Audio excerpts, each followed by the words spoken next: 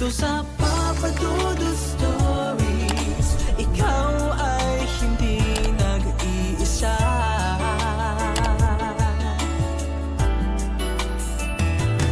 Dito sa Papa Dudut Stories, may nagmamahal sa'yo.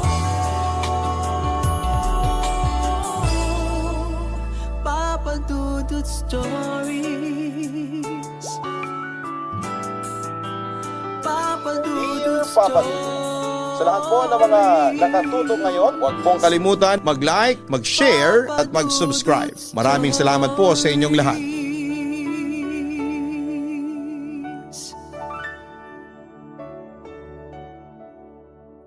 Sinasabi na hindi natin malalaman kung ano ang naghihintay sa atin sa kabilang buhay. Pero kaya nating ayusin ang lahat ng magagawa natin dito sa kasalukuyan habang tayo'y patuloy na humihinga at nakakakilos pa. Ikaw kabarangay, nag-iipon ka ba ng maraming kabutihan na maibabaon mo sa kabilang buhay? Dear Papa Dudut, ako po si Roberto pero Rob na lang po para mas batang pakinggan ang itawag ninyo sa akin. 65 years old na po ako sa ngayon pero yung kwento ko ay nangyari 6 na taon na ang nakakalipas. Kaya naman 59 lang po ako noon at hindi pa ako senior. Papadudot, aminin ko po noong 59 ako ay wala po akong girlfriend. Kaya masasabi ko na masakit man aminin ay matandang binata ako. Wala po akong girlfriend noon at aaminin ko po na hindi po ako nagka-girlfriend kahit na kailan. Noong bata po kasi ako ay binala kong pumasok sa seminaryo kaso ay hindi naman natuloy. Sa totoo lang po ay hindi ko na din matandaan kung bakit hindi natuloy. Kaso nga po ay nawala na sa isipan ko ang manligaw kasi akala ko talaga ay matutuloy ako. Hindi naman po ako kabilang sa tinatawag ngayon na LGBT pero hindi po talaga ako nakapangligaw. Wala namang kumwestiyon sa pagkatao ko noon. Ewan kung bakit, wala ata silang pakialam sa akin. Pero hayaan na natin. Ngayon pa ba naman sila magkwekwestiyon sa edad kong ito? Papadudot, mag-isa lamang akong nakatira sa isang condo unit na naipundar ko noong nagtatrabaho pa ako. Mag-isa lamang po ako pero hindi naman ako masyadong nalulungkot. Kasi araw-araw lumalabas ako sa park na malapit sa amin at nagja-jogging ako kaya may mga nakikita naman akong ibang tao. Nakikita ko lang sila pero hindi ko sila kaibigan. Isa lang po ang masasabi kong kaibigan ko, si Aljon. 30 years old siya noon at siya ang katabi kong unit kaya siya lang talaga ang naging kadikit ko. Mag-isa lang din na nakatira sa unit niya si Aljon. Pero wag niyo sana kaming pag-isipan kasi wala po kaming relasyon maliban sa pagiging magkaibigan. Straight na straight po si Aljon kahit mag-isa siya sa kondo niya ay may girlfriend naman siya. Hindi tulad ko na wala talaga.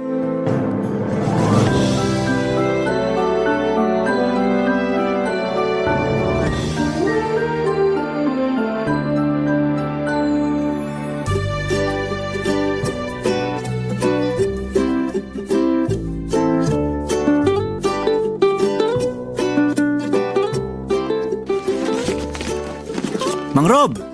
Oh, Aljon! Anong ginagawa nyo? Hinahanap ko yung susi ko. Saan nyo nilagay? Dito sa bag ko. Kadarating nyo lang? Palis pa lang. May naiwan kayo sa loob? Wala. Bakit nyo hinahanap ang susi nyo? Ay, oo nga no. Palis pala ako. Hala, makakalimutin na kayo? Hindi, naguluhan lang ako. Pero hanapin nyo yung susi nyo, baka naiwan nyo nga. Ano ba naman akala mo sa akin? Kalalagay ko lang dito sa bag. Bakit may bag kayo? Ha? Bakit nga ba? Ay, ano ka ba? Mas naguguluhan tuloy ako. Palis ka ako. Magja-jogging kayo? Alam mo yan. Bakit may bag kayo?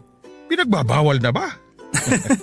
Ibig ko pong sabihin, dati naman hindi kayo nagdadala ng bag pag nagja-jogging eh. Dati yon. Iba na ngayon. Sobrang init. May dala kayong payong? Hindi ba mahirap mag-jogging pag nakapayong? Itong batang ito, may tama ka ba? Wala akong dalang payong, may dala akong tubig. Grabe kasi yung init, ang bilis makatuyo ng lalamunan. Kaso, mahihirapan kayong tumakbo ng may bag. Hindi naman ako tumatakbo, naglalakad lang ako. Ah, so walking lang ang ginagawa nyo. Mabilis naman ako maglakad kaya jogging na din yun. Walkathon. Alam mo, tanggapin mo na lang na jogging yung ginagawa ko. Huwag mo nang kontrahin. Binibiro ko lang naman kayo. Eh teka, Sabado ngayon di ba? Aba, alam nyo pa ang araw ah. Oo naman, ano akala mo sa akin? Ang sinasabi ko, Sabado ngayon, bakit ka aalis ng bahay? May date ka? Aga ha? Hindi po. Susunduin ko si Mama. Saan galing? Sa bahay lang namin sa Batangas. Kasi ngayon ang araw na usapan namin na kukunin ko na siya dito. Ah, ngayon na ba ang babangloksa ng tatay mo? Opo. Kaya maaga ako para nandun na ako bago magtanghalian. Maaga kasi ang padasal para kay Papa eh. Grabe, ang bilis ng panahon. Oo nga po eh. Ayos lang ba sa mama mo na ngayong araw mo sa susunduin? Siyempre una ayaw pa. Pero usapan namin yun eh. Hindi mo naman siya masisisi. Opo. Doon sa bahay namin sila nagsimula ng buhay mag-asawa. Doon na ako nabuo at hanggang sa mawala si Papa. Mahirap talaga yan. Kung ako ang mama mo, ganun din ang mararamdaman ko. Nakakatakot naman po yun. Ha? Ang alin? Kung kayo ang mama ko. Loko-loko ka talaga. Kasi naman paseryoso na kayo eh. Nasabi ko lang naman ang nararamdaman ng mama mo. Ayoko naman po na mag-isa siya sa bahay. Hindi naman ako pwede dun kasi mahihirapan ako sa trabaho. Kaya mas mabuti na dito na lang siya sa akin. Total, 2 naman ang kwarto. Mabuti ka pa, mapupuna na ang bakanting kwarto sa unit mo. Yung sa akin, bakante pa rin. Eh di sunduin niyo din ang nanay niyo. Loko ka, 10 taon nang wala ang nanay ko. Gusto mo ba pagsundo ko sa kanya, diyan ko papuntahin sa inyo? Mang Rob naman eh. Biro lang naman yung sa akin. Nananakot pa kayo. Oh, natakot ka no? Di na kayo mabiro. O siya, baka matrapik ka pa, hindi umaabutan yung padasal. Oo nga po. Sige po, ingat. Magkasabay na din naman tayong bababa, nagpapaalam ka na. Baka pagsakay natin ng elevator, magulat ka. Mang Rob talaga oh. Tara na nga.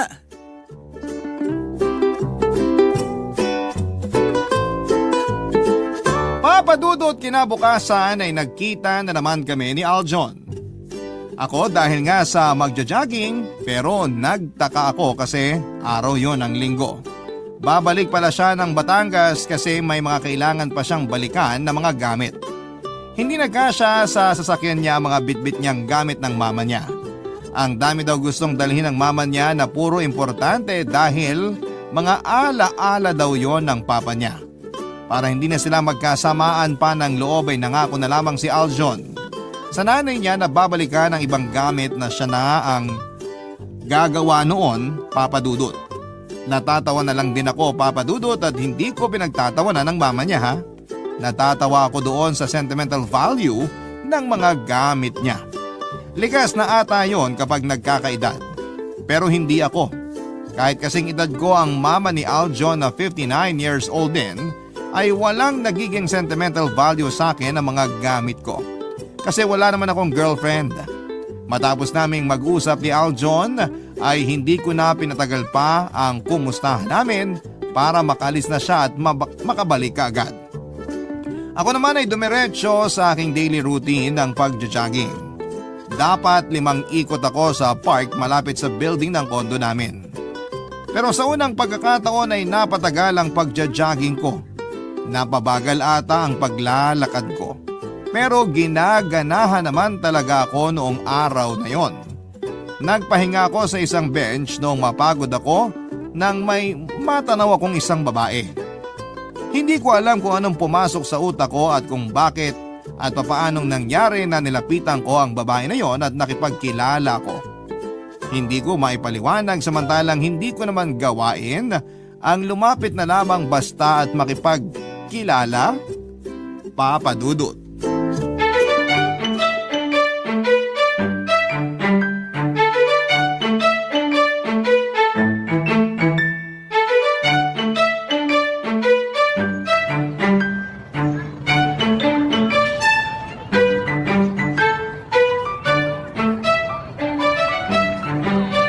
Magandang umaga sa'yo, magandang dilag. Hindi mo ata ako nadinig. Magandang umaga, magandang dilag. Sino ka? Ako si Rob. Ano pakialam ko? Tinanong mo pangalan ko, hindi ba? Wala akong tinatanong. Ano ako, sira ulo? Oo, nagtatanong ka na naman. Ewan ko sa'yo ha. May iniintay ka ba? Meron. Sino? Hindi sino. Ano?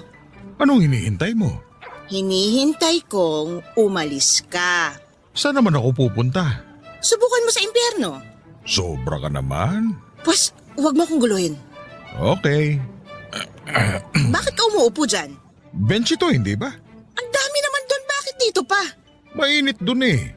Naiinitan ka? Sa hangin mong yan? Ako? Mahangin? Nagtanong ka pa. Hindi ako mahangin, ha? Naiinitan ka? Oo. Maswerte ka. Bakit? Sinasanay ka na kung saan ka mapupunta pag natigok ka. Aray naman. Doon ka na kasi, nakita mo nang nandito na ako eh. Mrs. Pasita ba ang pangalan mo? Anong Mrs. Pasitang sinasabi mo dyan? Kasi pinapaalis mo ko. Tapos ang nakasulat dito sa bench ay donated by Mrs. Pasita. So, ikaw ito? Pilosopo ka ah. Gusto mong pagawan kita ng ganyan? Pagawa ng ano? Papagawan kita ng bato na may nakaukit na pangalan mo. Wala naman akong dinonate. Ako na nga magdodonate eh. Para hindi ka na pagagawa ng pamilya mo. Sandali. Lapida yata sinasabi mo eh. Isulat mo na lang ang buo mong pangalan at kapanganakan. Ako na maglalagay ng kamatayan. Uwe, gusto mo lang malaman ang buo kong pangalan eh. Presko mo ah. Okay na yung presko, kesa mahangin. Isa lang ang suma nun. Mayabang ka. Mayabang agad? Bakit ka ba dito nang gugulo? Gusto mo ba lumipat tayo ng lugar? Bastos? Ang sinasabi ko, yung tindahan na yon. Para mailibre kita na maiinom. Kaya kong bumili. Nakakahiya naman. Sige, tubig lang ang sa akin ha. Ang kapal mo. Ano bang pangalan mo? Bakit ba? Para malaman ko. Nagpakilala na ako tapos ikaw, ayaw mo. Bakit? Sinabi ko ba magpakilala ka? Medyo suplada ka pala ha? Hindi medyo. Suplada talaga ako. Okay lang yan. Ay, ibang klase ka? Siguro masamang loob ka. Kidnapper ka, no? Sa itsura kong ito? Kailan mo ba huling nakita ang itsura mo? Mukha kang kidnapper. Bakit? Ano bang itsura ng kidnapper? Ah, wala kayong salamin sa bahay. Joker ka pala. Seryoso ako. Baka alis na nga. Huwag kang susunod ah, kundi tatawag ako ng pulis. Nagbabanta ka ba pag sumunod ako o nagsasuggest ka?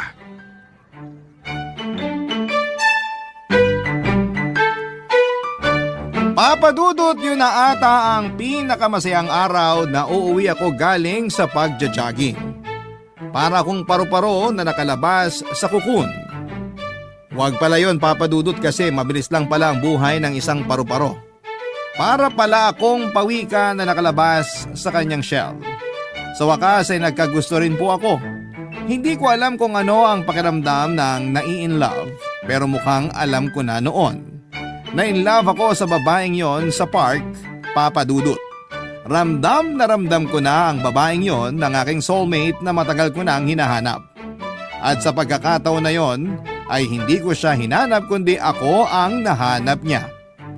Ibang klase yung pakiramdam, papadudot. Pakiramdam ko ay bumalik ako sa high school at dinadamdam ko ang mga hindi ko naramdaman noon. Sabay-sabay na nangyari sa akin ang pakiramdam na nagka-crush, tapos naging puppy love, tapos naging true love. Ang hirap talagang ipaliwanag pero bakit parang mahal ko na siya. Hindi po ako nagsasalita ng tapos, pero yun po ang nararamdaman ko at alam ko na siya na. Excited akong maibalita yon kay Aljon at siguradong matutuwa din yon para sa akin. Pero habang palapit na ako sa unit ko ay biglang sumagi sa isipan ko ang isang bagay, papadudot. Barangay Love Stories. Barangay Love Stories. Hindi na ibigay ng babae ang pangalan niya, pero masaya ako, papadudot, kahit tinarayan niya ako ay masaya pa rin ako. Hindi ko rin maintindihan kung bakit yung babaeng yon na nakita ko sa park ang nasa isipan ko habang pauwi. Kilig na kilig ako at parang napaplano ko pa ang mga mangyayari. Pakiramdam ko ay hindi ako makakatulog sa kakaisip sa kanya. Ganon ako kasaya. Palapit na ako ng palapit sa unit ko nang biglang sumagi sa isipan ko ang isang katotohanan. Ang katotohanan na baka hindi ko na uli makita ang babae sa park. Saka pa lang ako kinabahan. Ang dating saya ay napalitan ng pag-aalala. Paano nga kung hindi ko na siya makita pa dahil sa inis nito sa akin ay maaring mangyari ang iniisip kong yon, Papa Dudut. Bakit ganon? Kung naisip ko na hindi na siya magpapakita ay pwede ko naman ding kalimutan na lamang siya. Pero hindi ko magawang kalimutan siya. Noon lamang ako nakaramdam ng ganong klaseng pagtingin sa isang babae. Dati kasi, ang mga nakikilala ko ay kinakaibigan ko lamang kesa ligawan. Pero iba talaga ang babaeng yon. Halos ilang hakbang na lamang ay nasa tapat na ako ng unit ko pero dahil sa iniisip ko ay bigla akong hindi nakahakbang. Parang namitig ang buo kong katawan. Mabuti na lamang at saktong kadarating lamang muli ni Aljon. Kakauwi lamang nito. Una ay hindi pa napansin ni Aljon ang nangyayari sa akin at nalaman niya na lamang noong batiin niya ako, Papa Dudut.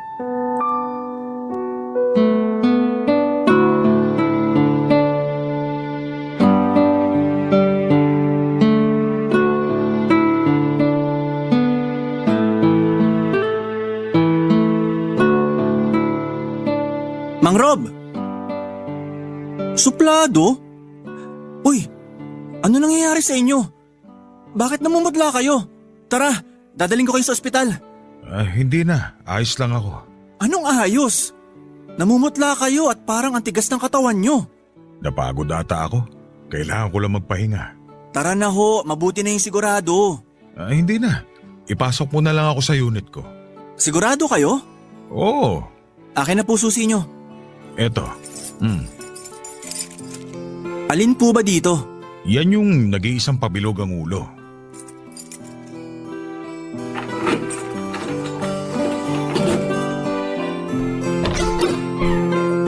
Tara, pasok na po. Dahan-dahan lang. Ayos lang ako.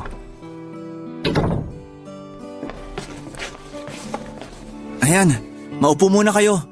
Salamat. Sandali, ikukuha ko kayo ng tubig. Nandyan sa ref. Hindi ka magkakamali kasi tubig lang naman ang laman ng frigider ko. Parang ayos na nga kayo.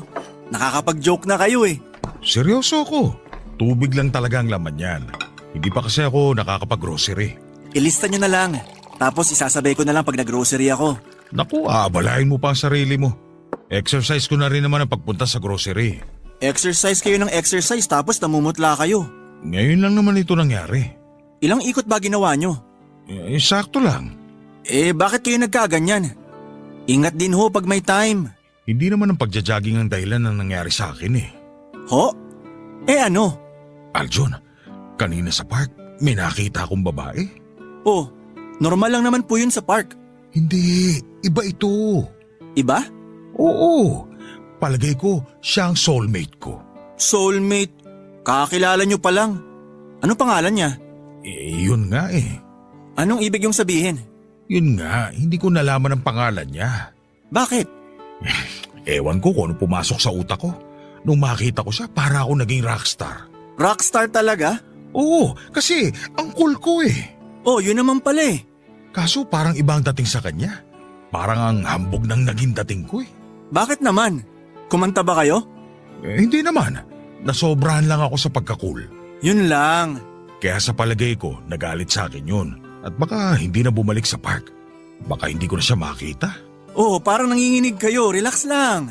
Aljon, iba siya. Nararamdaman ko na siya yung babaeng hindi ko naman hinihintay o hinahanap pero dumating. Iba yun ha? Baka hindi ko na siya makita. Oh, relax, relax. Mag-isip tayo. Anong iisipin natin? Maski ikaw hindi mo siya kilala. Kung nakita nyo siya sa park, siguradong babalik siya doon. Paano kung hindi? Kinokontra nyo ang positivity eh. Ano ba dapat? Isipin nyo, makikita nyo uli siya para mag-manifest. Magkikita kami ulit. Yan! Paano kung hindi? Oh, kinukontra nyo. Magkikita kami ulit. Yan, ganyan. Isipin nyo lang. Kung hindi bukas o sa makalawa, makikita nyo siya uli. Yun ang isipin nyo. Hindi ba pwede bukas na kami magkita? Sige po, sasabihin ko sa kanya. Kilala mo siya? Hindi po. Nakakainis ka naman eh. Basta isipin nyo lang at mangyayari yon. Uuwi na po muna ako. Tutulungan ko si nanay magluto. Dadalhan ko kayo mamaya. O relax na kayo dito ha. Papadudot nagkalakas ako ng loob sa mga payo ni Aljon. Natuloy ang tuwa ko, kaya hindi ako nakapagluto o nakabili ng tanghalian. Mabuti na lamang at nandun na ang nanay ni Aljon at nakapagluto ito ng pagkain. Dinalhan ako ni Aljon at masarap ang luto ng nanay niya. Kasi kung si Aljon ang magluluto, baka iba pa ang lasa. Nung hapon ay dinalhan muli ako ni Aljon. Ganado ang nanay niya magluto kasi unang araw niya daw doon. Kaya ang swerte ko din ang araw na yon. Kinagabihan ng patulog na ako ay baon ko naman sa pagtulog ko ang itsura ng babae sa park. Sabi nga ni Aljon, manifesting. Positibo ako na magkikita muli kami at handa akong maghintay kung kailanman ang pagkakataon na yon. Nakatulog ako nang hindi ko namalayan kaya ang aga-aga ko ding nagising. Nagising ako ng punong-puno ng pag-asa. Papasok na si Aljon sa opisina kaya maaga din siyang aalis at nagkasabay na naman kami sa elevator at palabas ng building ng kondo namin. Natuwa si Aljon sa aura ko. Muli siyang bumati at muling pinalakas ang loob ko. May paalala din siya na baguhin ang approach ko. Dapat maging gentleman ako. Tama siya, kaya nagpasalamat ako. Walang paglagyan ng saya ko pagdating sa park ay hindi ako mapakali. Habang nagja-jogging ay parang sinusuyod ng paningin ko ang paligid, tingin sa kaliwa, tingin sa kanan. Pero ang tagal ko nang umiikot at naghahanap pero hindi pa tinatamaan ng paningin ko ang taong hinahanap ko. Ang nangyari ay nahilo lamang ako sa kakalingon. Ayoko mangyari ang nangyari ng gabing yon kaya pinilit kong mag-relax at lumakad ng dahan-dahan habang nakayuko. Umupo ako sa isang bench. Dahil nga sa nakayuko ako ay hindi ko napansin na may nakaupo pala sa kabilang dulo ng bench. Napalingon ako at laking gulat ko nang makita ko ang taong hinahanap ko.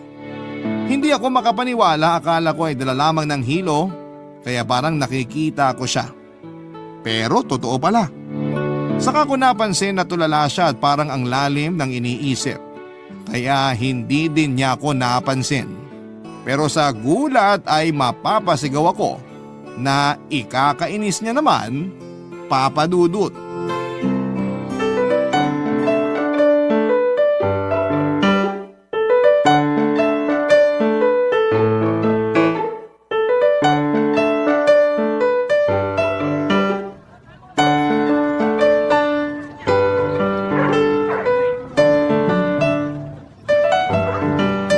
Manifesting! Ano? Ay, sorry. Ano na naman ang kailangan mo? Anong manifesting ang sinisigaw mo? Totoo ka ba? Ikaw lang naman ang peke dito. Sorry ha. Sorry saan? Sa ginawa mo ng isang araw o dyan sa ginagawa mo ngayon? Pareho. Mabuti naman marunong ka palang mag-sorry. Nabigla lang ako nung nakaraan. Wow naman! 10 minuto mo akong binuwisit tapos nabigla ka lang? Inurasan mo? Ayan, nagsisimula ka na naman ha. Hindi, nagtatanong lang ako. Parang ang bilis kasi nating nagkausap nung araw na yun eh. So ngayon ang sinasabi mo, sandali mo lang ako binuwisit nun? Eh, hindi naman. So matagal mo akong binuwisit? Ha? Oo, siguro. Hindi ka sigurado? Kung sasagot ka siguraduhin mo. Hindi yung ang dami mong palusot. Palusot? Ay basta! Pinatawad mo na ba ako? May nadinig ka na ba? Wala pa. Pues, edi hindi pa. Patawarin mo na ako. Pag-iisipan ko. Gusto mo, puntahan kita sa bahay mo at doon ako mag-sorry? Ay, wag na. Pinapatawad na kita. Ay, salamat. Subukan mo lang ulitin yung kayabangan mo at ewan ko na lang. Bakit? Anong gagawin mo? Kakasabi ko lang, ewan ko, di ba? Paano ako makakabawi sa'yo? Magsimula ka sa pananahimik. Gusto ko ng katahimikan. Oh, sige. Nananahimik ako tapos guguluhin ako tapos magyayabang? Paano ako makakapag-isip nun? Ano yon? Sabi ko tahimik, di ba? Pero ikaw yung may sinasabi. Maingay ako? Hindi. Ang ibig ko sabihin, baka naman pwede tayo mag-usap. Pangako, hindi na ako magiging presko. Oo nga eh. Nung nakaraan, habang init na init ang mga tao dito, ikaw lang ang presko. Sorry uli. Ano ba itatanong mo? Ha? Ay, meron. Ano nga?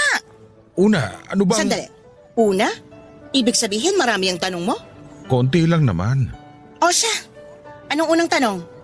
Anong pangalan mo? Skip muna tayo dyan. Doon muna tayo sa susunod na tanong. Anong PIN number ng ATM mo?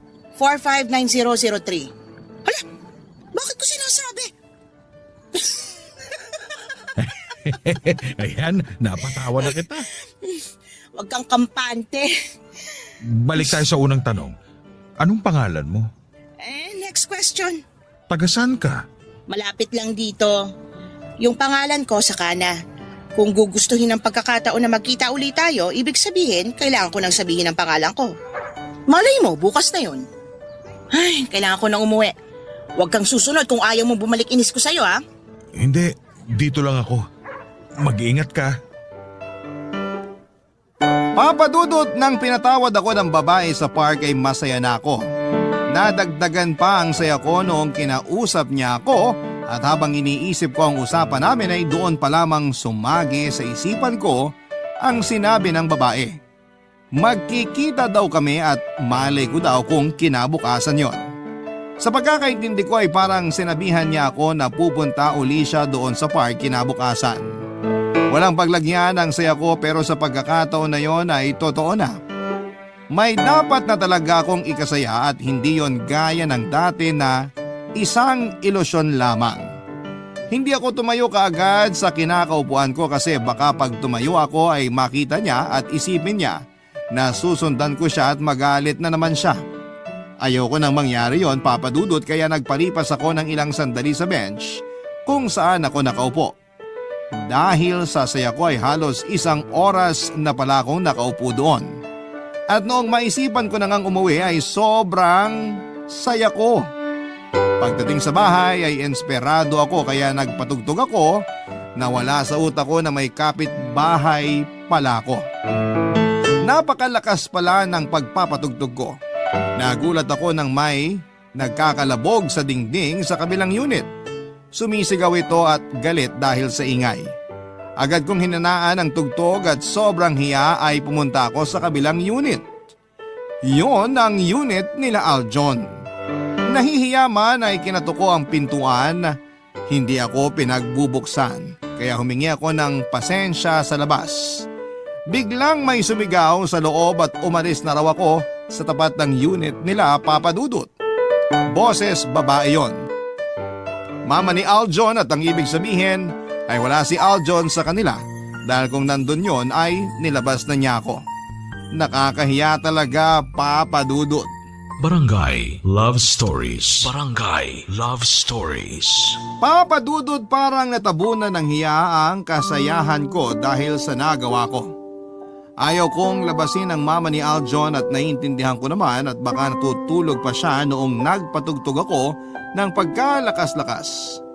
Hindi naman ako madalas na nagpapatugtog at paminsan-minsan lamang at yun ang unang beses na nakapagpatugtog ako ng sobrang lakas. Hindi ako mapakali, papadudod, kaya doon lang ako pumwesto sa tapat ng unit ko at naglabas ako ng silya. Hihintayin ko si Aljon at gusto ko siyang makausap bago pa sila magkausap ng mama niya. Hindi naman sa magpapalusot ako, gusto ko lang sana na madinig niya na muna ang paliwanag ko bago sila magkausap ng mama niya. Sa wakas ay dumating na si Aljon at nakangiti agad ito at malayo pa lamang ako ay bumati na siya. Mas nahiya ako dahil baka masira ang araw niya sa sasabihin ko. Hindi na ako nagpaligoy-ligoy pa at sinabi ko kaagad sa kanya ang buong nangyari, papadudot.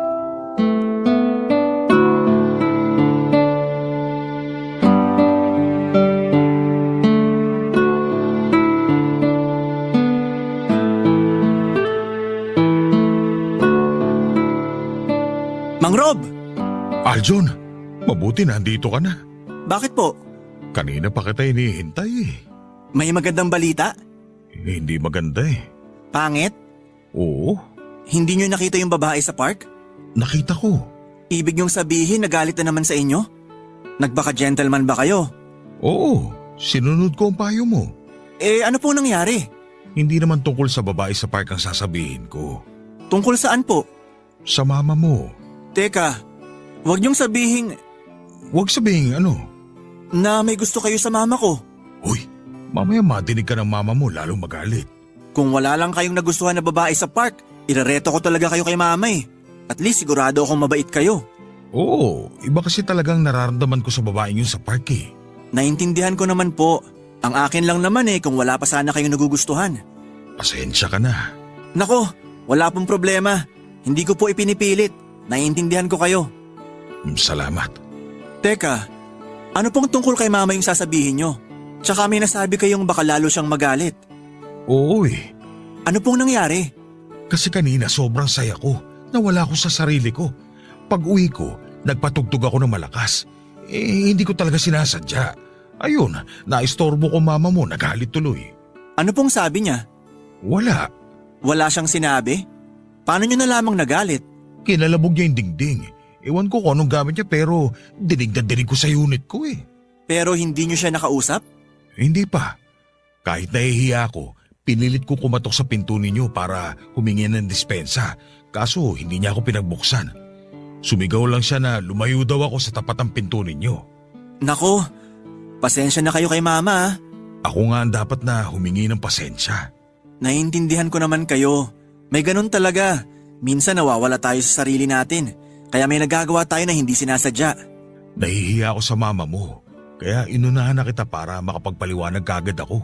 Hayaan nyo, aayusin ko yun. Pero wag na po muna ngayon.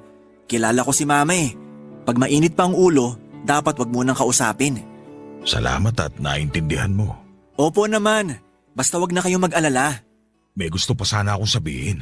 Sige po, ano po yun? Nakausap ko na yung babae sa park. Talaga po?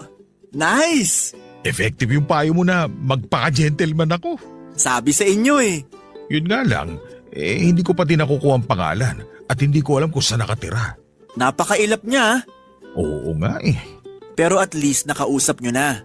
Ibig sabihin na wala o nabawasan ng galit niya sa inyo. Napakasaya ko nga kanina. Kaso ayaw ko ipahalata at baka matrigger na naman ang galit niya. Tama kayo dun. Ito pa ang hindi mo kakayanin. Nako, kinakabahan ako ah. Ano po ba yan? Magkita daw kami bukas. Ha? Oo! Sinabi niya na gusto niya makipagkita bukas? Pero ayaw pa sabihin ng pangalan? Hindi niya naman sinabi ng direkta. Pero nagparinig siya na malay ko raw magkita kami ulit bukas. Yun na yun. Tamang hinala nyo. Makikipagkita nga siya. Pero matanong ko lang kayo. Ano yun? Dati unang kita nyo pa lang. At kanina yung pangalawang beses. Paano nyo nasabi na mahal nyo na agad siya? Sa totoo lang, hindi ko din talaga maipapaliwanag. Basta ang alam ko, siya na ang babaeng bigay sa akin. Nakakatuwa naman. Basta, nandito lang po ako kung may kailangan kayo ha.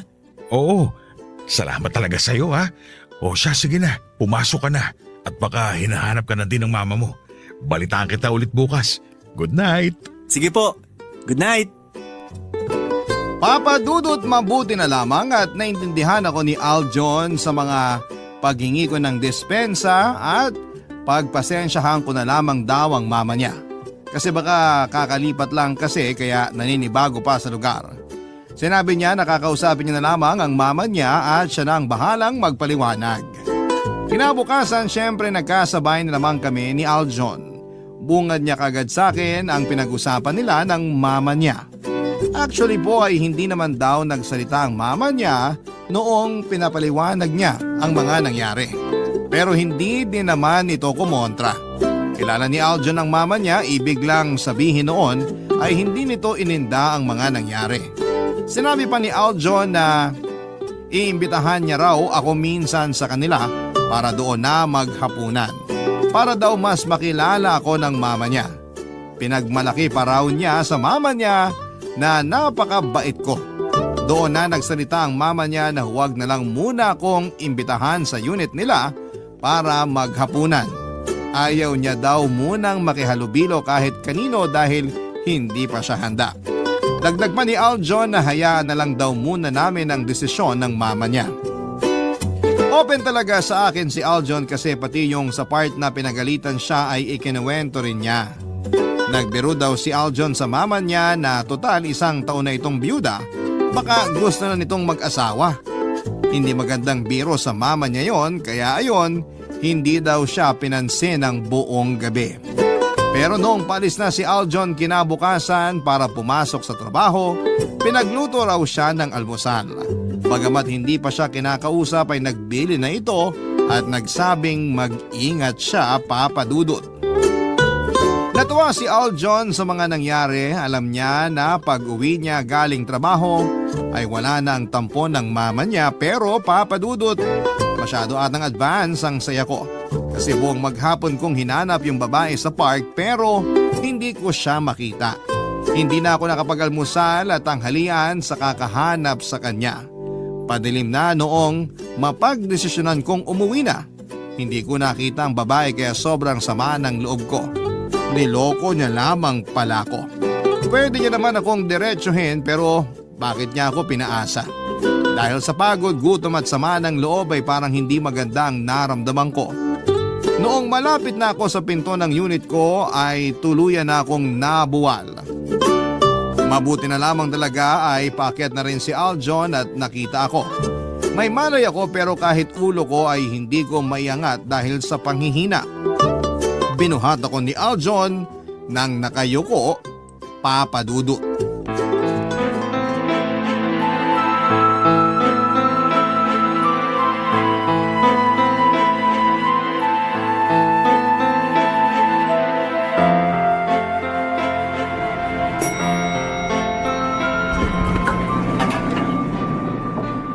Mang Rob! Ano nangyari? Aljon, Sandali, dadali ko kayo sa ospital. nahihilo ako. Huwag na kayong magsalita. Hali kayo, bubuhatin ko kayo. Ayan. Dahan-dahan po. Anong nangyari? Hindi ko alam. Nakita ko siya nakahiga dyan sa hallway. Diyos ko, ano nangyari sa kanya? Ma, sandali. Itatakbo ko siya sa ospital. Sasama ko. Sige po. Aljon, Huwag muna kayong magsalita, Mang Rob. May sakit ba siya? Wala akong alam na sakit niya. Malakas naman siya eh. Kanina lang ang sigla niya eh. Nakayuko siya. Hindi ba dapat itingala siya? Baka nahihilo siya. Hayaan na lang muna natin siyang nakatungo. Ganun ba? Nahala, sige. Mang Rob, relax lang kayo. Siya ba yung kapitbahay mo? Opo, Mama. Kaibigan ko po siya. Bakit ganyan ang suot niya? Nagja-jogging po kasi siya tuwing umaga. Pero gabi na. Ibig sabihin, hindi pa siya nagpapalit. Oo nga po. Ano bang nangyari sa inyo, Mang Rob?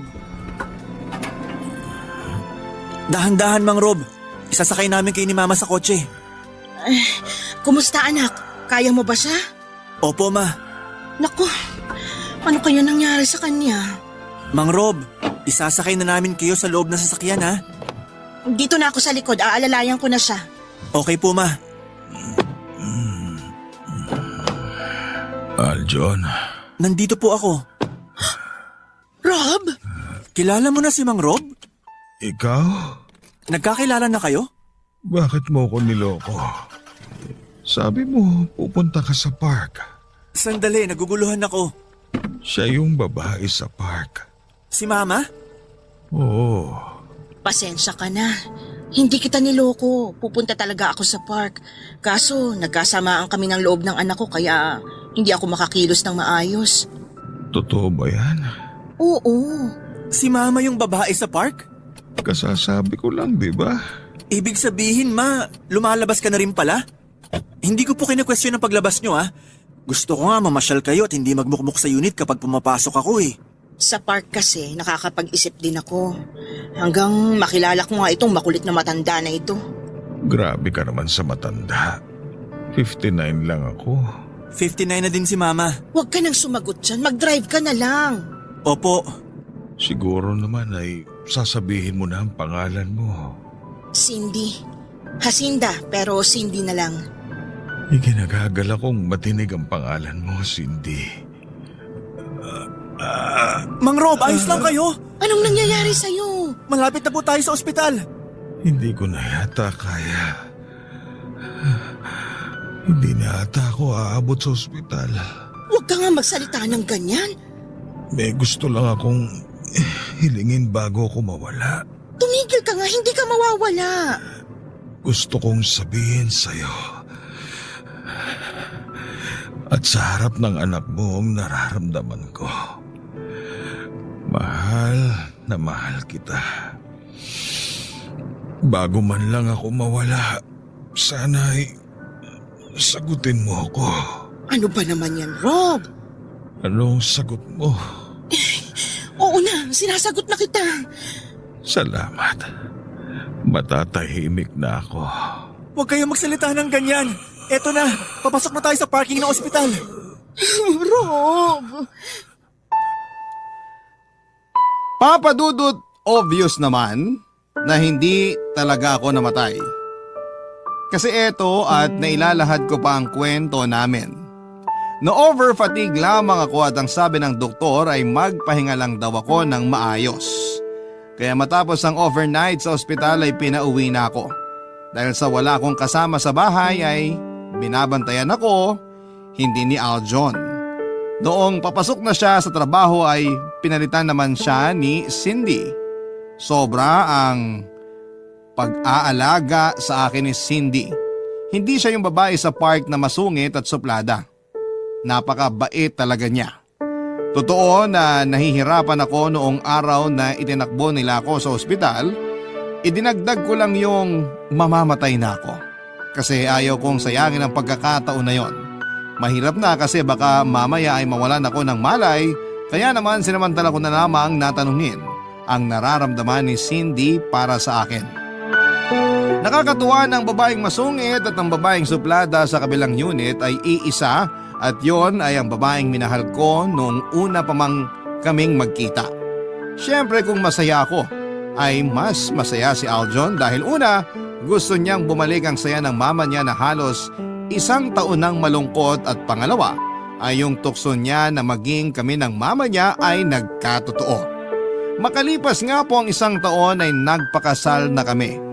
60 na kaming pareho at masaya ako at nagkaanak pa ako. Napakabait ng anak kong si Aljon. Kahit na hindi ko kadugo ay kapuso ko naman siya. 6 na taon na kaming magkasama ni Cindy sa ngayon. Madalas pa rin ako mag-jogging pero kasama ko na ang aking stage wife. Kasi konting pawis ay pupunasan niya na kaagad ako at pag napapansin niya na napapagod ako ay papaupuin niya ako at paiinumin ng tubig. Spoiled ako, Papa Dudut, at masaya ako sa itinatakbo ng buhay ko. Hindi ko din naman pinigilan na dumalaw si Cindy sa sementeryo at sinasamahan ko siya. 6 na taon na kaming masayang dalawa at minsan nga ay sinasabi ko kay Cindy na magtampuhan naman kami para maiba naman. Naiinis na lamang siya tuwing gumaganon ako sa kanya.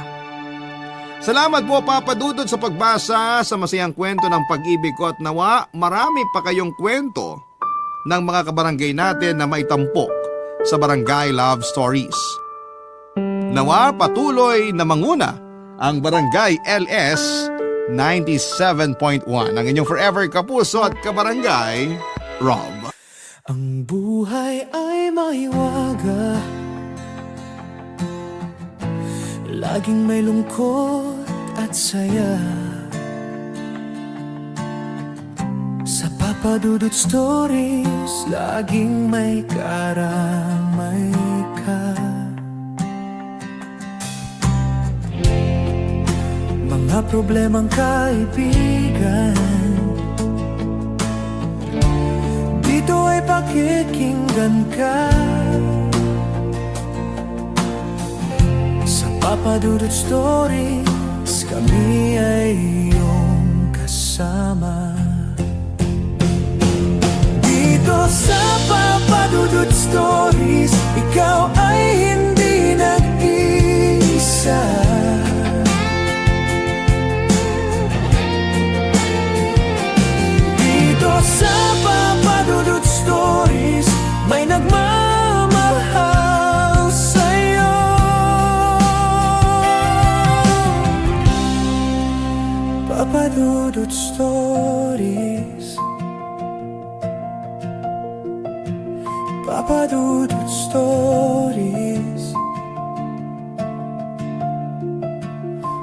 Papadudod Stories.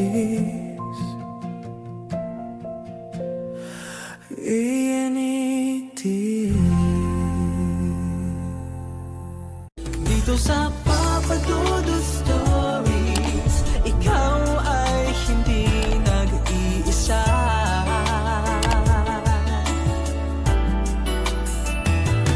Dito sa Papadudod Stories, may nagmamahal sa'yo. Papadudod Stories.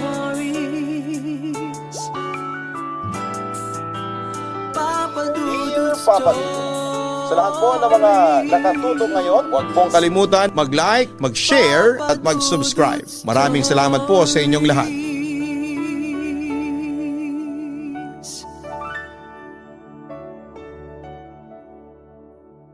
Ang pag-ibig ay parang lindol na hindi mo mahuhulaan kung kailan ito darating. Kaya dapat anumang oras, saan mang lugar ay lagi kang handa sa pagdating nito. Ikaw kabarangay, naranasan mo na bang umibig sa taong hindi mo inaasahan?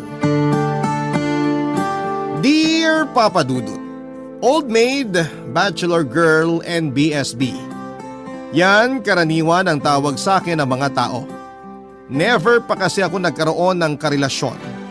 Pero kahit na ganoon ay masaya naman ako sa buhay. Masaya ako dahil kontento na ako sa anong meron ako ngayon.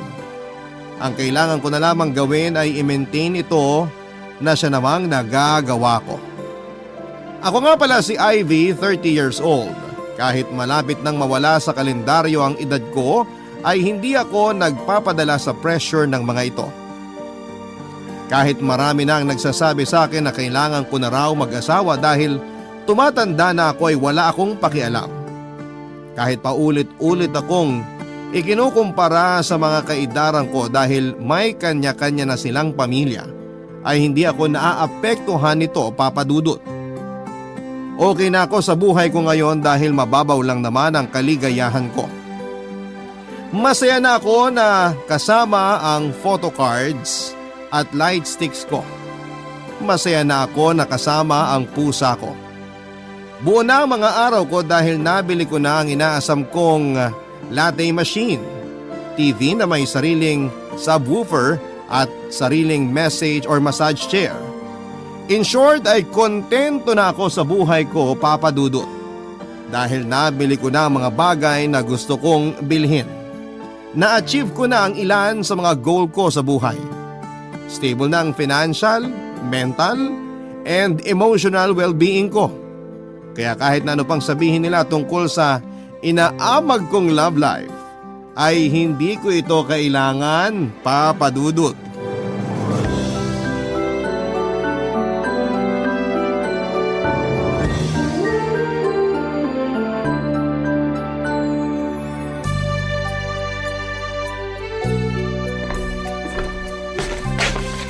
Lolo Jose, ito na po ang kape nyo. Salamat, Apo. Maaga kayatang nagising ngayon. Naku, Lo, wala pa ho akong tulog. Gising na talaga ako kagabi pa. Ha? Bakit naman? Hindi ka ba makatulog? Nagpuyat ako kasi tinapos ko yung drama na pinapanood ko online. Wala nga dapat akong planong magpuyat eh. Kaso nagandahan ako sa pinanood ko kaya diniretso ko na. Mabuti weekend ngayon, wala akong pasok. Ano ba yung pinapanood mo at kailangan mo pa talagang pagpuyatan? Naku, sobrang ganda nung dramang yun, Lo. Tungkol kasi yun sa isang babae na mafo-fall sa manipulative na senior student. Kaso ang pangit ng ending, hindi ko gusto. Sayang lang yung puyat ko. Ang hilig mo talaga sa mga ganyang palabas, ano? Doon na lang ako kinikilig eh. Bakit ba kasi ayaw mong maghanap ng nobyo? Para ikaw naman mismo ang gumawa ng sarili mong kwento. Naku, wag na po. Masayang ang oras ko dyan. Sa panahon ngayon, mahirap na maghanap ng matinong relasyon. Para kang naglalaro ng claw machine. Akala mo panalo na pero biglang bibitaw yung premyo. Sayang yung pera. Sayang yung effort. Ang malala, pinaasa ka pa. At least sa mga dramang pinapanood ko may happy ending. Ayaw mo man lang bang subukan? Sinubukan ko na po yan dati kaso masyadong boring. Tsaka nakakatamad makipagkilala sa mga tao. Paano yan? Di tatanda kang dalaga niyan. Hindi ba mas masaya yun, Lo? Walang stress. Solo ko ang buhay ko. Wala akong kahati. Pero wala ka rin katuwang. Kapag may problema ka, kapag kailangan mo ng masasandalan, kapag gusto mo ng kausap, wala kang maaasahan kasi mag-isa ka lang. Madali lang naman po ang solusyon dyan eh. Sanay na akong sinusolo ang problema ko. Kapag kailangan ko naman ng masasandalan, nandyan naman mga kaibigan ko. Kausap, marami niyan sa internet. Pwede ka pa nga makipag-away doon. Kung sakali bang may dumating na lalaking nakalaan sa'yo, anong gagawin mo? Siyempre, entertain ko siya. Lo, hindi porket hindi ako naghahanap ng love life, ibig sabihin ayoko na. Ayoko lang maghanap, pero kung may darating, di good, di ba? Kung wala, okay lang din. Makapag-asawa man ako o hindi, walang problema sa akin kasi masaya na po ako. Kung diyan ka masaya, sige, susuportahan kita. Salamat, Lo. Mabuti pa kayo, malawak ang pangunawa nyo. Yung ibang kamag-anak natin, sobrang insensitive. Tanong ng tanong kung kailan daw ako ikakasal, kung may anak na ba ako o kung nakahanap na ba ako ng boyfriend. As if naman may iaambag sila sa buhay ko. Sabik lang sila para sa hinaharap mo. Siyempre, nakita ka naming lumaki, tumanda, nagkaisip. Gusto ka rin naming makitang dumaan sa mga pinagdaanan namin. Lalo na yung mga bagay na nagbigay ng saya sa amin. Kung sa bagay, hindi na maaalis sa ating mga Pilipino ang pagiging tsismosa. Pero Lo, may tanong ako. Paano mo naman malalaman kung yung dumating na tao para sa'yo, siya na talaga yung nakalaan para sa'yo? May clue ba? Or bahala na, ganon? Lahat naman ng dumarating sa buhay natin, nakalaan eh. Nasa atin na lang kung paano natin yun aalagaan. Katulad na lang ng lola mo. Nung dumating siya sa buhay ko, naging magkaibigan kami. Niligawan ko siya, inilagaan, kalaunan, inasawa. Nagsama kami ng matagal hanggang sa bawiin siya ng Diyos sa atin. Kung ilalaan mo para sa sarili mo yung taong dumating para sa'yo, yun na yung clue na sinasabi mo. Nasa tao yan, wala sa tadhana. Ang lalim nun ah. Kasi ang totoong pag-ibig, nanggagaling yan sa kaibuturan ng puso mo. Kaya naman pala na in love sa inyo si Lola eh. Kasi napakamatalihaga niyo magsalita. Ang galing! Pwede na kayo maging resource speaker niyan.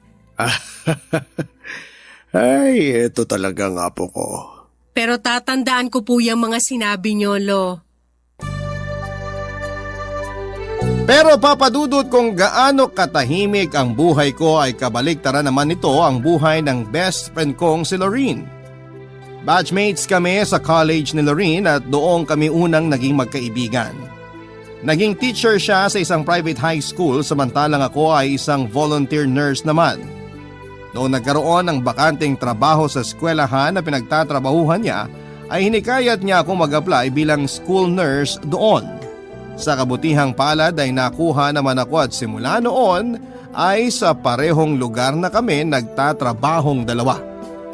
Si Lorene ang tipo ng babae na habulin ng mga manliligaw. College pa lamang kami ay hindi na mabilang ang suitors nito. May taglay kasi siyang ganda na nakaw tingin. Kapag nakakasalubong mo siya, mapababae ka man o lalaki ay mapapasulyap ka talaga sa kanya. Para siyang pinaghalong Max Collins at Heart Evangelista. Pero simple lang ang datingan. Nakadagdag pa rito ang pagiging teacher niya na siyang nagbigay ng mabait at mainhin na impression sa personality niya. Pero kahit na pila-pila ang mga manliligaw ni Lorene ay loyal siya sa boyfriend niyang si Hans. 5 years na silang magkasintahan noon at saksi ako kung paano umusbong ang pag-iibigan nilang dalawa. Yun nga lang sa pagtagal ng pagsasama nila ay nakita ko rin kung papaano unti-unting nawala ang init ng kanilang pagsasamahan.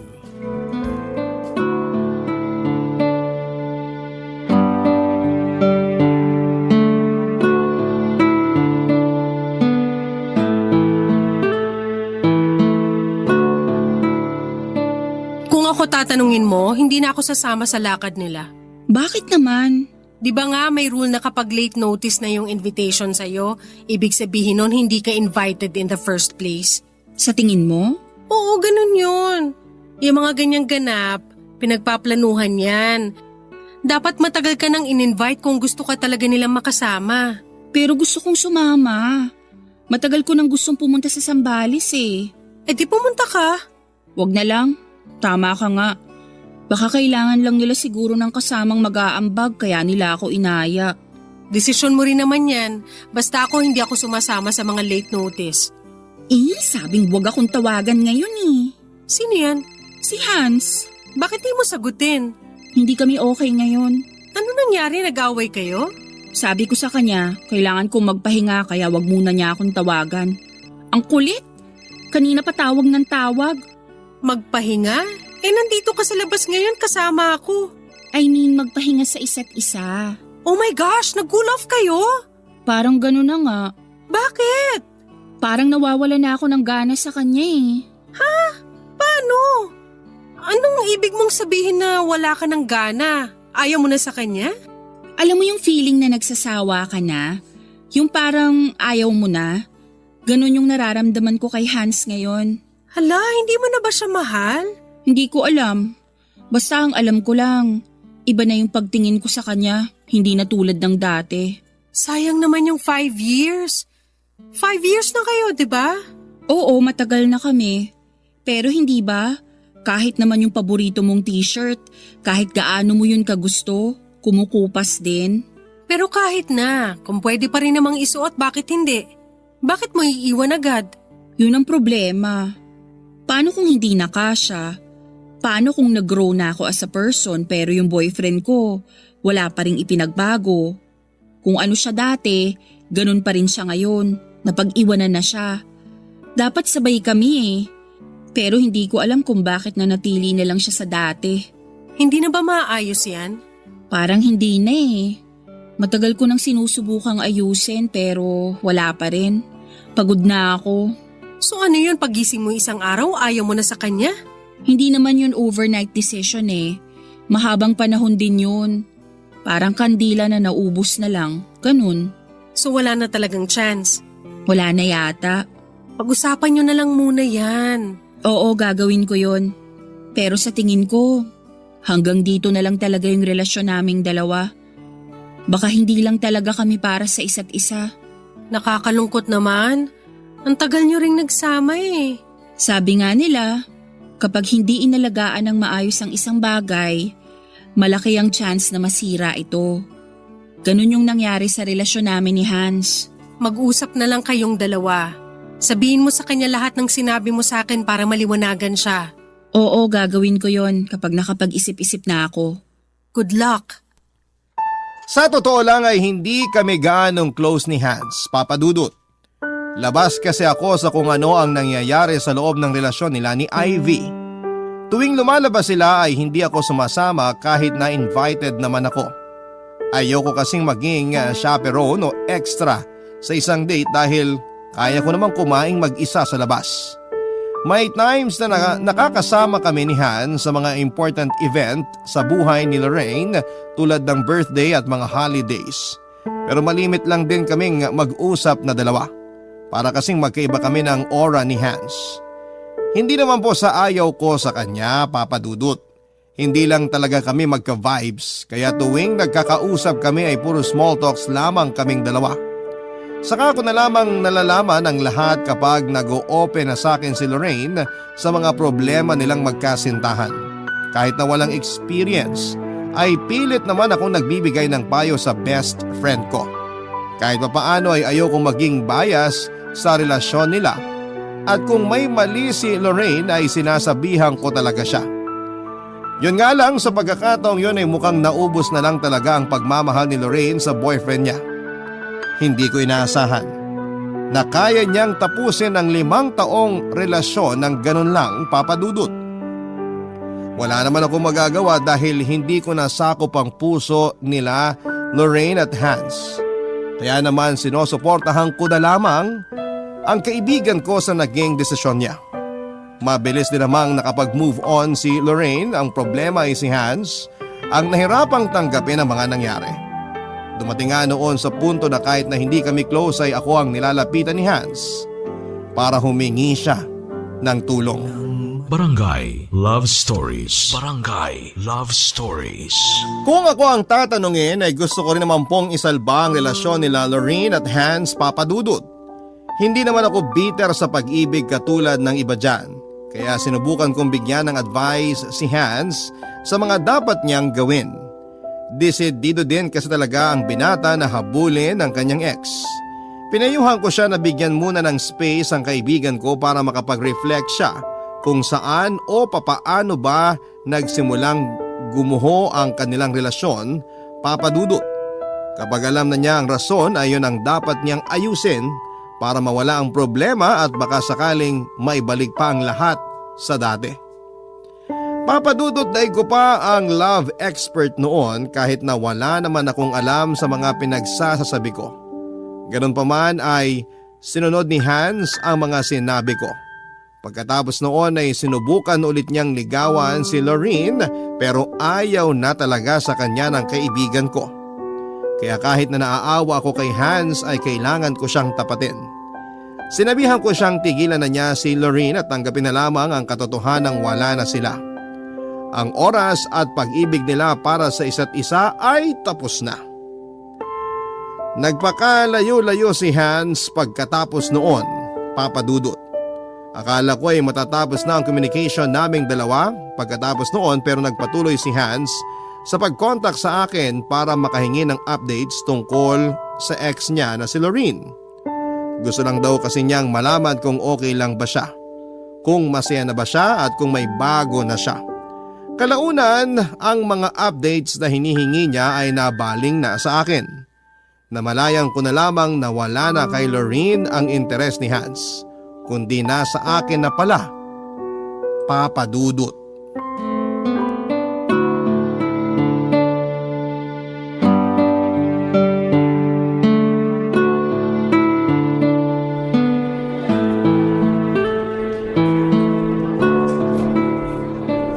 Ivy! Oh, Hans! Anong ginagawa mo rito? Wala si Lorraine dito sa school. Nasa seminar siya ngayon. Hindi si Lorraine ang ipinunta ko rito. Eh sino? May susunduin kang bata? Wala. Ikaw yung pinunta ko rito, Ivy. Ako? Bakit? Hihingi ka na naman ba ng tulong? Di ba nasabi ko na sa'yo na ayaw na talaga ni Lorraine? Kahit na anong gawin mo, hindi na kayo babalik sa dati. Respetuhin mo na lang yung desisyon niya. Oo, alam ko yon. Hindi ko na siya aabalahin. Gano'n naman pala eh. So anong ginagawa mo rito ngayon? Bakit mo ko kailangan? Tapos ka na ba sa trabaho? Oo, pauwi na ako. Bakit? Aayain sana kitang kumain sa labas. Ha? Bakit naman? Wala lang. Gusto lang kitang i-treat kasi tinulungan mo ko. Wala naman ako nagawa eh. Hanggang ngayon hiwalay pa rin kayo. Hindi naman kayo nagkabalikan ni Lorraine kaya bakit mo ko ililibre? Gusto ko lang. May magagalit ba kapag inaya kitang kumain sa labas? Wala naman pero ayoko. Hindi ako mahilig kumain sa labas tsaka hindi naman tayo close eh. Kaya nga kita inaaya para makilala natin ang isa't isa. Para maging close tayo. At bakit naman? Bakit mo ko gustong makilala? Bawal ba? Bawal kasi hindi ko alam kung ano yung rason. Anong trip mo, Hans? Ikaw, gusto kitang kilalanin pa. Patawa ka naman.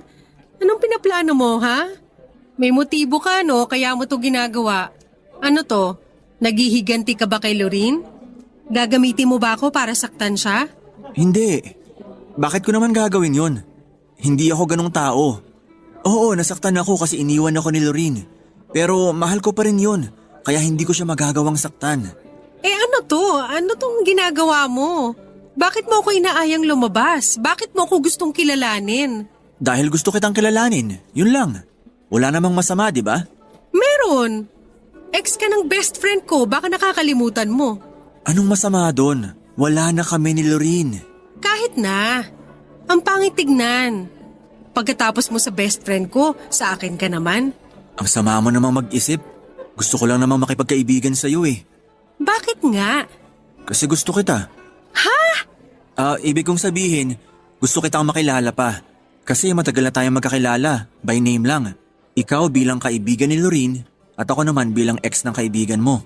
Hindi ko talaga magets kung bakit bigla ka nalang nagkaroon ng interes sa akin. Sorry pero no. Hindi ako sasama sa'yo.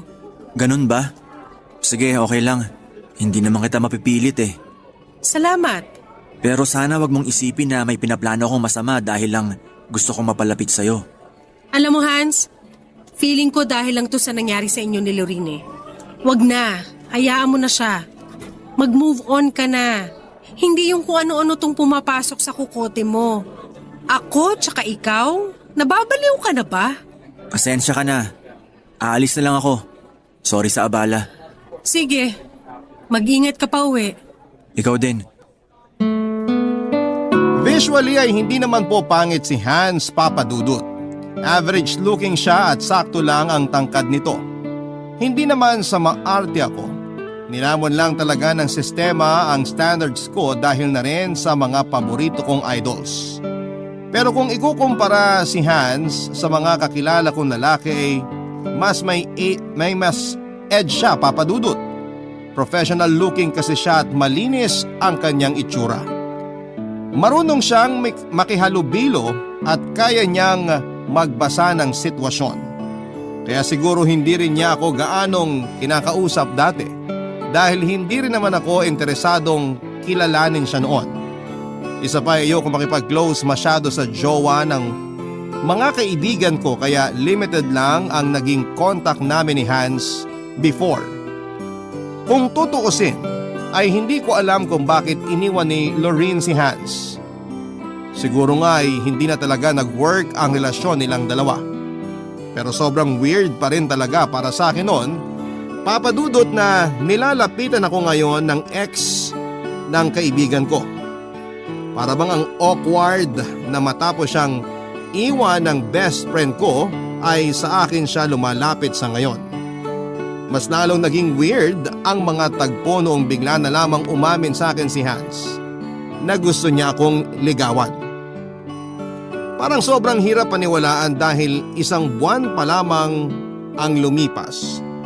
Nung hirap na hirap siyang bitawan si Lorene tapos ay biglang gusto na niya kaagad ako. Mula kay Lorene na ala Max Collins papunta sa akin na parang isinuka lang ng lupa. Hindi ako naniniwala na magugustuhan ako ni Hans noon. Kahit nga sa imagination ay nag-cringe ako, Papadudot, at aminado naman po ako na hindi ako kagandahan. Hindi rin sexy kaya natural lang na pagdudahan ko ang pakay ni Hans. Ang ginawa ko na lamang ay nag-report ako kay Lorene at sinabi ko sa kanya ang lahat. Para hindi na siya magulat kapag nalaman niyang nag-uusap pala kami ng ex niya na si Hans.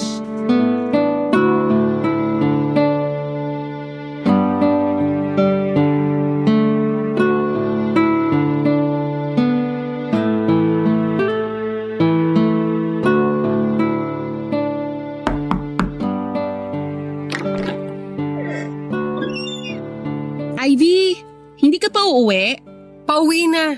Ililigpit ko lang tong piniprint kong report. Pasok ka muna. Para saan yan? Yung report sa mga severely wasted na bata. Tinitignan nila kung may improvement ba simula nung nag-start yung klase. Okay. Antayin na kita para sabay na tayo umuwi. Sige. Habang nandito ka, may sasabihin pala ako sa'yo. Ano yun? Tungkol kay Hans. Hans na naman? Tapos na ako sa chapter na yan. Nasa moving on process na ako. Actually, patapos na nga eh. Kaya ikaw, mag-move on ka na rin dapat. Ay, wala mag-move on kasi hanggang ngayon, kinukulit ako ng ex mong yun. Talaga? Akala ko ba ni real talk mo na siya?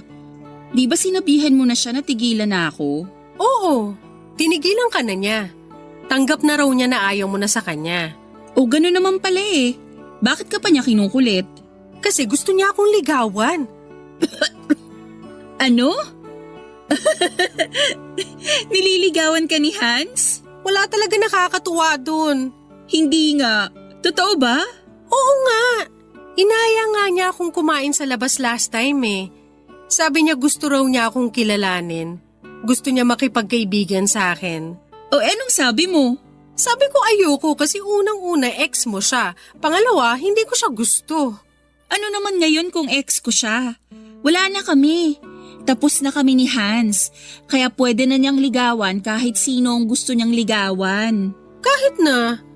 Di ba nga may unwritten rule na bawal jowain ng ex ng kaibigan? Para lang yun sa mga taong bitter. Maganda naman yung naging hiwalayan namin ni Hans eh. Kaya kung gusto kanyang ligawan, sino naman ako para pagbawalan siya? O ikaw? Basta, ang weird kasi. Kung nagdadalawang isip ka dahil sa akin, wag. Wag mo akong isipin kasi okay lang yun sa akin.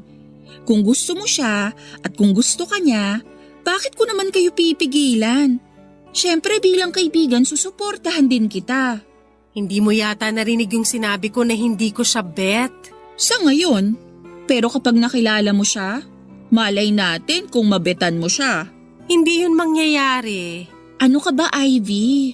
Oras na rin siguro para bigyan mo ng pansin yung puso mo. Kakalawangin yan, sige ka.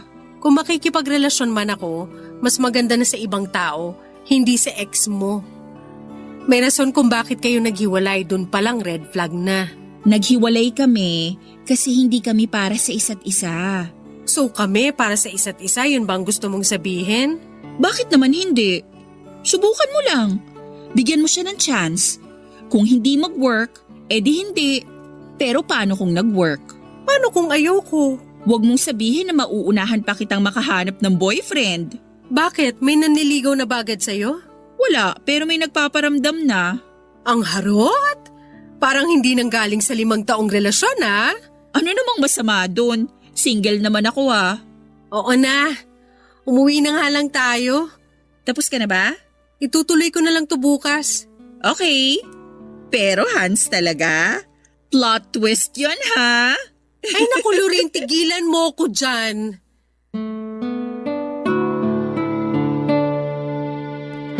Papadudot kahit na pumayag si Lorene sa panliligaw ni Hans ay hindi pa rin nagbago ang isip ko.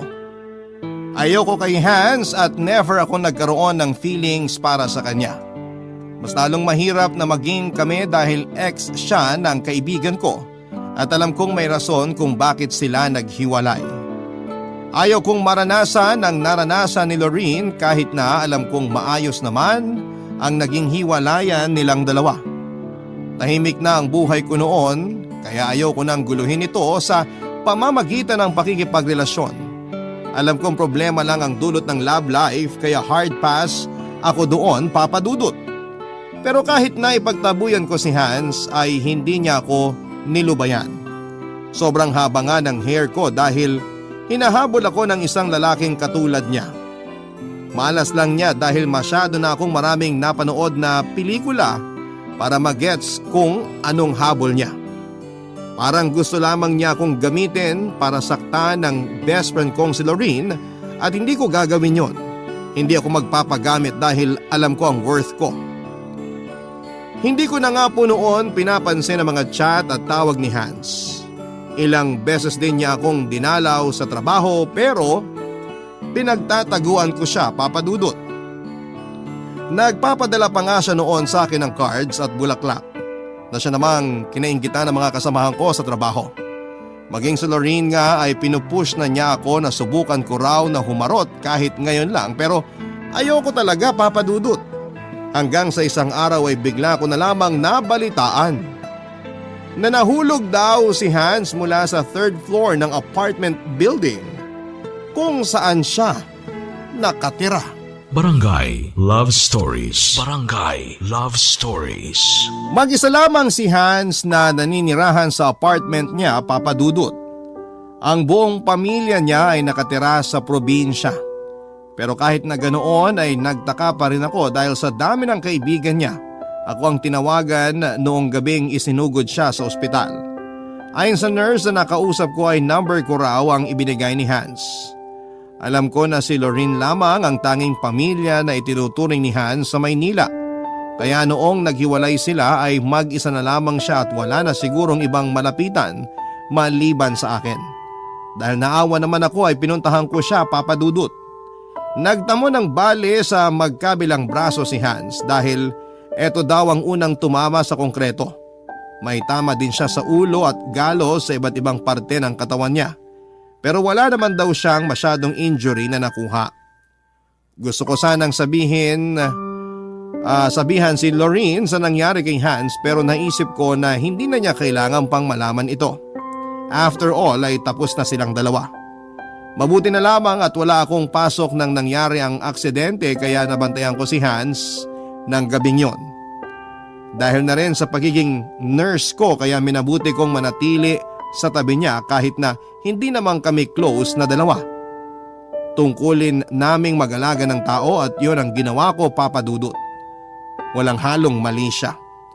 Pagkagising ni Hans ay saka na lamang niya kinuwento sa akin kung papaano siya nahulog mula sa kanyang bintana, Papa Dudut.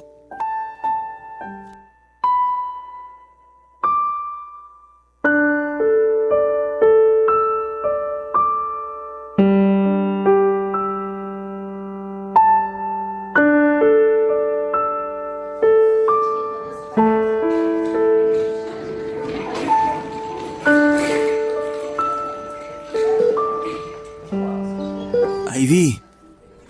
Ivy, gumising ka na dyan. Anong oras na? Oras na para umuwi. May pasok ka pa bukas, di ba? Wala akong pasok bukas. Ininom mo na ba yung gamot mo? Hindi pa.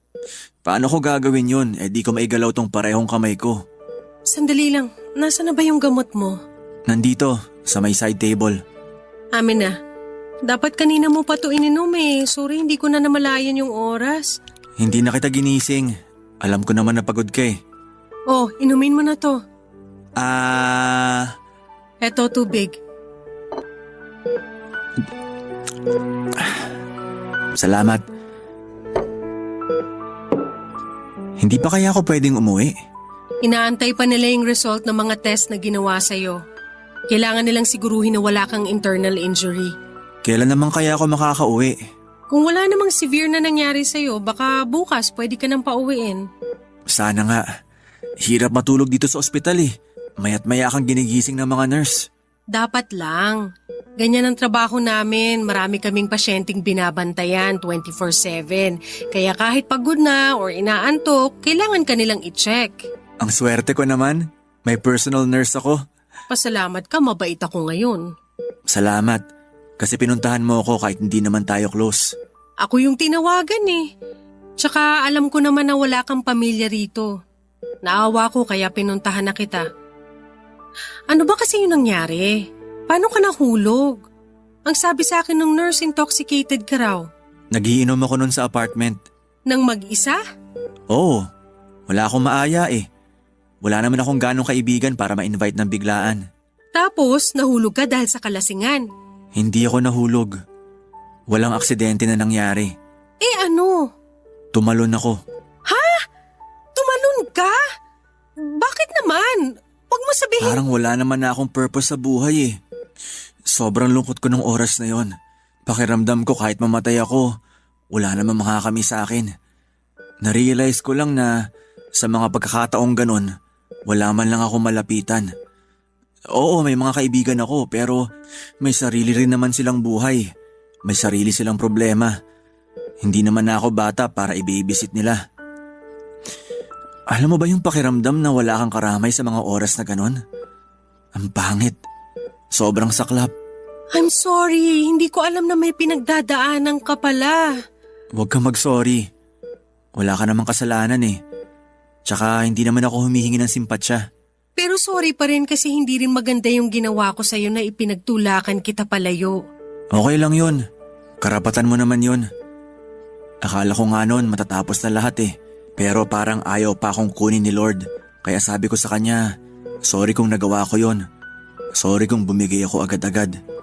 Alam mo, pwede mo naman akong lapitan kapag nakakaramdam ka ng ganon.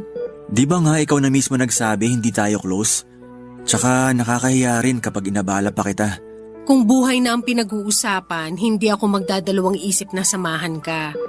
Oo, ayaw kita nung una pero ngayong alam ko na kailangan mo lang naman ng kasama, ng karamay, Hindi ko naman ipagkakait yun. Totoo ba yan? Ibig bang sabihin nito pwede na tayo maging magkaibigan? Sige, try natin. Wala namang masama. Salamat, Ivy. Salamat talaga.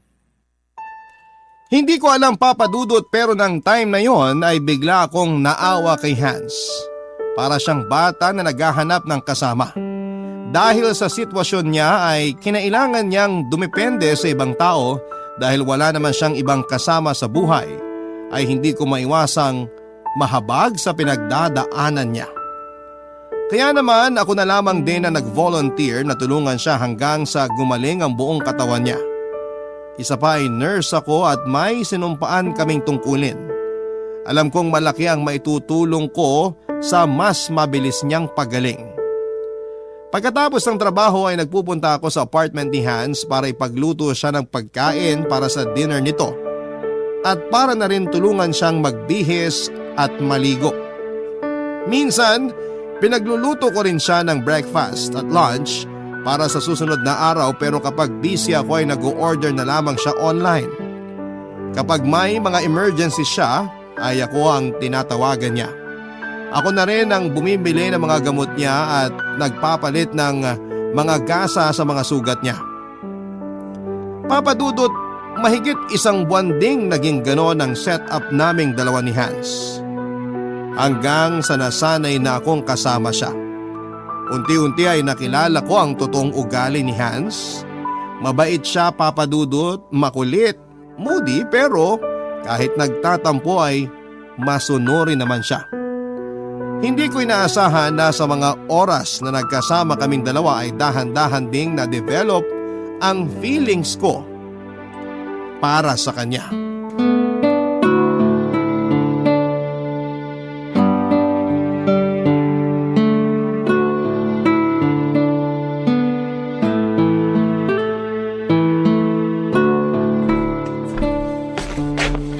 Good morning, Lolo Jose. Good morning din, Apo. Maaga ka ngayon ah.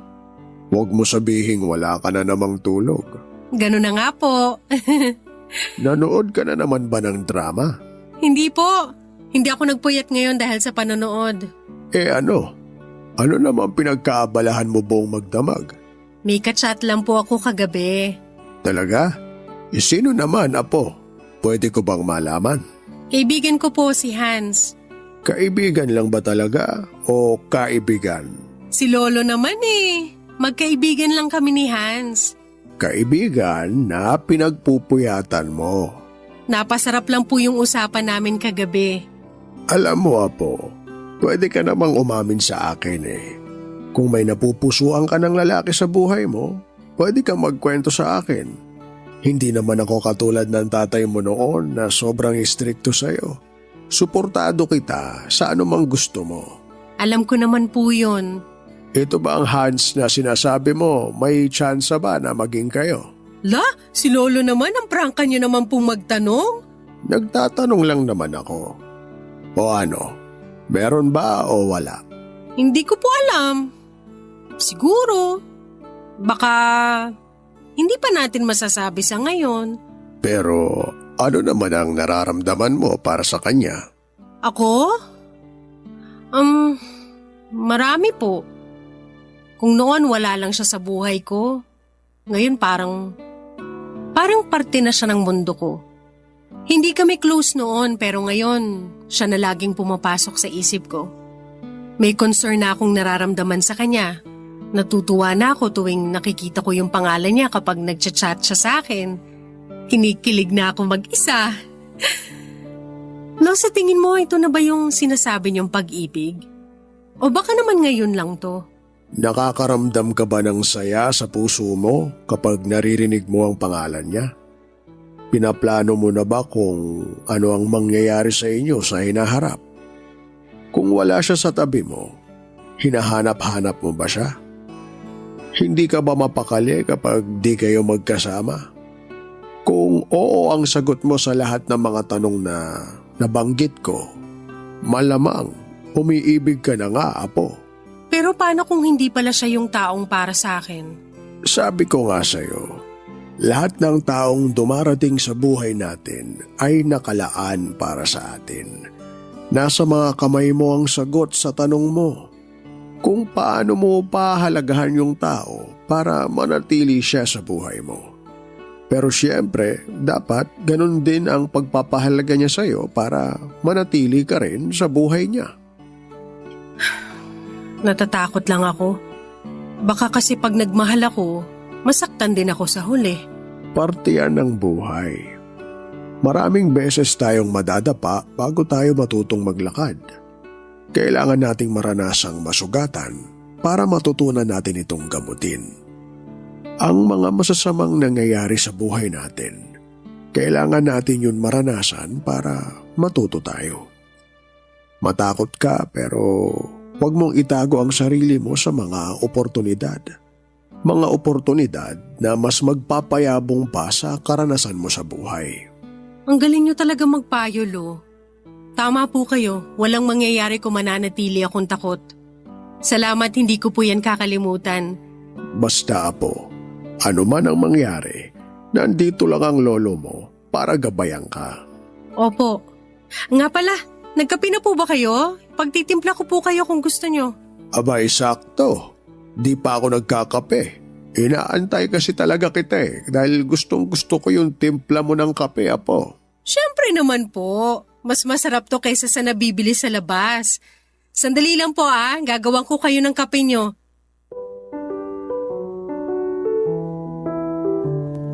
Papa Dudut, never na pumasok sa isipan ko na magkaroon ako ng feelings para kay Hans. Nung una ko siyang nakilala bilang boyfriend ni Lorene ni isang emosyon, ay wala po akong naramdaman para sa kanya.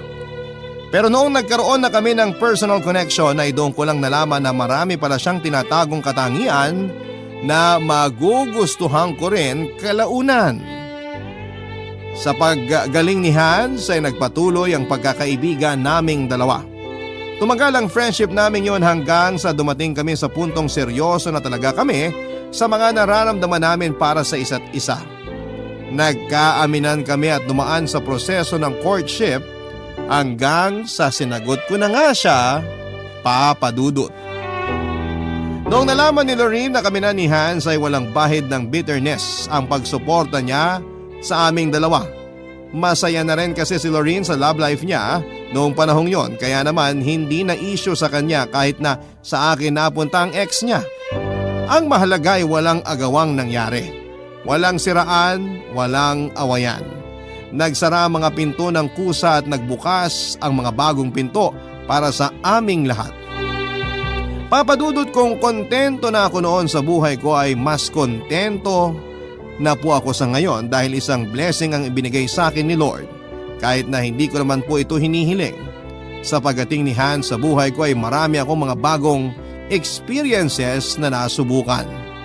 Marami po akong goal, Papa Dudut, na gustong tuparin at ang mga plano ko para sa future ay hindi na lang para sa akin kundi para sa aming dalawa ng boyfriend ko.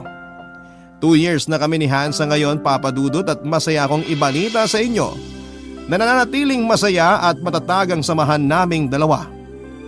Dito na po nagkatapos ang aking love story. Ang inyong forever kapuso at kabarangay, Ivy. Ang buhay ay mahiwaga, laging may lungkot at saya. Sa Papa Dudut Stories, laging may karamay ka. Mga problemang kaibigan, dito ay pakikinggan ka. Sa Papa Dudut Stories, kami ay iyong kasama. Dito sa Papa Dudut Stories, ikaw ay hindi nag-iisa.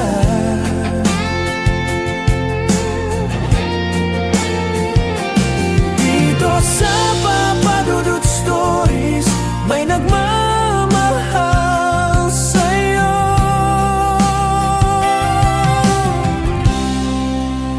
Papa Dudut Stories. Papa Dudut Stories.